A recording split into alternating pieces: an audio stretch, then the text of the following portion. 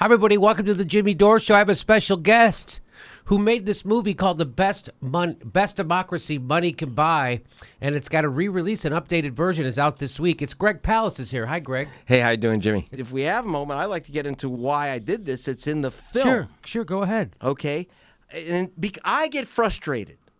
If you think I don't, people say, how do you not get frustrated? What do you say? I get terribly frustrated, and I want to quit. And in the film, because it's following me, I actually do quit. I say, I'm not doing this. I don't care, Rolling Stone, whatever. It's not going to be in the New York Times. It's not going to be on your NBC News. So it's not, who's going to listen?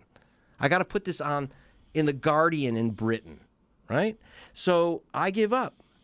And then in the film, because it's in my mind, I'm at Joe's Papaya in New York and feeling sorry for myself over a cup of coffee, and I'm watching Shailene Woodley in the Divergent films, And so she just grabs me, pulls me through the screen, and tells me it's time to go home.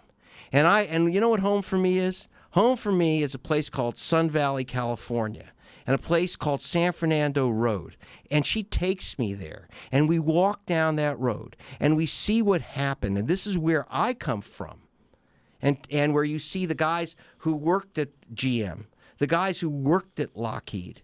And Lockheed closed in 88. GM closed after NAFTA and went to Mexico. And they used to, union guys had jobs, and they lived, they would have their little campers for a vacation. Now they live in their campers along the abandoned railroad tracks on San Fernando Road. This is why I'm there, because she says to me, look, if you don't talk about the people down San Fernando Road, who will? And I wish I'd been able to get that word out earlier, because one of the guys that grew up on San Fernando Road, who I went to school with from second grade till we graduated high school together, was a guy named Steve Pollock. You know him as the Las Vegas shooter. And it kills me when people say, why? What's with this guy? What, he just went crazy. His brothers, he just went crazy. He didn't just go crazy. He grew up on San Fernando Road. The guy was a math genius. Mm-hmm. A math genius, a real whiz. I was in the classes with him, okay? Okay. But we went to a place called Polytechnic. What does that mean? Sounds fancy. No. It meant that they assumed, and since half the school was Chicano, they assumed none of us are going to, there were poor white kids or Chicanos. We ain't going to college. So since we're not going to college, why waste time with giving guys like Steve calculus and trigonometry so they can apply to a school like Stanford or even get into UCLA? We're dead-end kids. So we're required to take metal shop so we could work at GM. We were required to take a drafting class so we could work at Lockheed, and that's where Steve, with his big brain, ended up. He ended up going to the local college because that's all he could get into because he had no academic credits. Goes to local college, ends up at Lockheed. We were in drafting class. Now, I personally had ways out that no one else had. I kicked in doors that were closed. He was a quiet guy. He wouldn't do that. He didn't kick in doors till it was late. And people say, how could this have damaged him 50 years later? Well, let me ask you a question. Why did I put it in a film 50 years later? You go down you watch my film, which is a lot of fun, a lot of cartoons, a lot of laughs, but then you go down San Fernando Road with me and see exactly where that guy grew up. And you tell me that guy wasn't wounded and frustrated, and that wound and frustration of what we do in this class war that we have in America. There are victims of the class war, and he was one of them, and sometimes some of them shoot back. So why didn't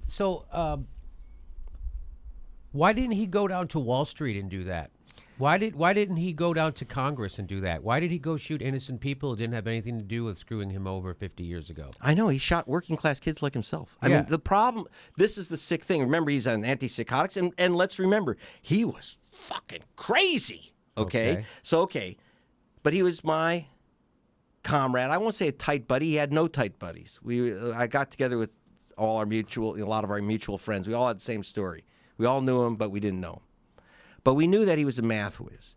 And look, if he'd gone to Beverly Hills High, if he'd gone to University High or Pacific Palisades High, okay, he would have had advanced placement math and advanced placement English and advanced placement French. We didn't get advanced. We didn't get placed.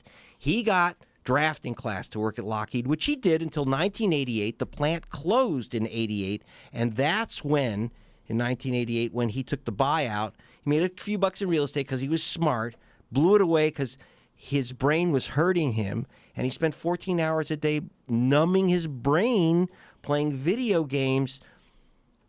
You know, I just wrote an article about it at gregpalast.com, and it was, and I quote Langston Hughes, the poet. He talked about why Langston Hughes wanted to wrote a poem about why there were riots in Harlem. So we understand kids who riot when they're in Harlem.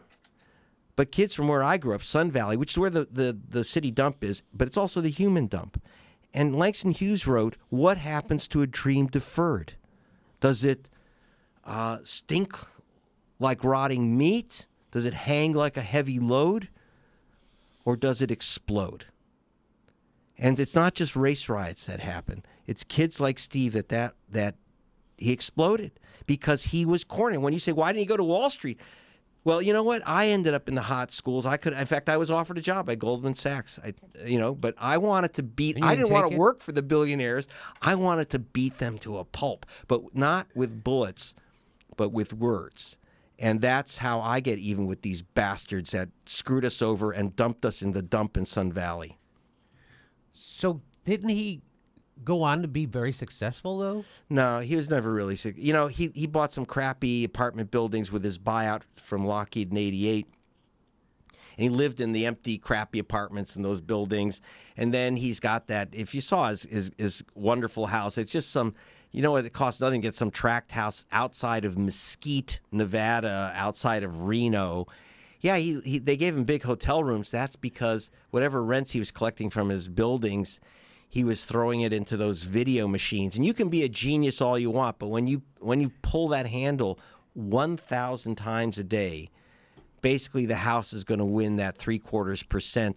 And what they do is to keep him playing, they gave him big hotel rooms. If he was winning, believe me, they wouldn't give him freebies. So he numbed his brain, and he was going nowhere. And he was resentful. Now, is that an excuse? By the way, if anyone thinks that's an excuse, no way. Every killer has an excuse. And I'm not giving him an excuse, but I am telling you, you can't have a class war without PTSD, just like sending kids to Vietnam. You know, people are scarred, and they're scarred for life. And he should have been at Stanford. He should have been, like you said, even Wall Street. By the way, some guys who do make it out alive become real pricks and become the guys who are foreclosing on our homes. Not everyone, so not everyone's a victim. My personal thing was I committed myself to finding out who did this to us, and I was going to go get them. All right. Wow.